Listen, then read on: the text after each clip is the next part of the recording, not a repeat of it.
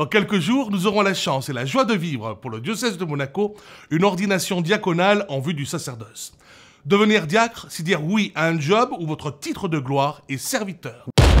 Alors que certains rêvent de pouvoir et de prestige, les diacres, eux, choisissent la voie du service. Et n'oublions pas que les prêtres, les évêques et même le pape sont aussi diacres, car c'est le premier degré du sacrement de l'ordre.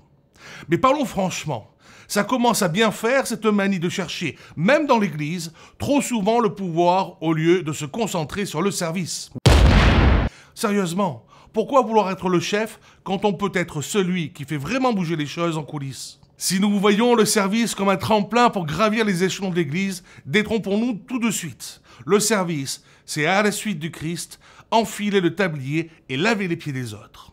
Le plus grand parmi vous sera votre serviteur, dit Jésus à ses disciples.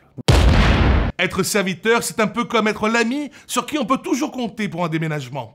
Discret, efficace, toujours là quand il faut. Nous ne sommes pas là pour les honneurs, mais pour aider. Que ce soit pour distribuer la communion, visiter les malades, ou simplement s'assurer que les cierges ne s'éteignent pas en plein milieu de la messe. Aider, c'est aussi compatir aux souffrances des autres. Être serviteur, c'est aussi annoncer humblement, par sa vie, la bonne nouvelle du salut, sans chercher les premières places ou même la reconnaissance. Alors préparons-nous à être les stars des backstage de l'Église. Nous devons briller non pas sous les projecteurs, mais dans le cœur des gens que nous servons, quel que soit notre rôle. Ne cherchons pas le pouvoir, cherchons à servir. Après tout, la vraie grandeur, c'est de faire de petits gestes avec un grand cœur, car God is love.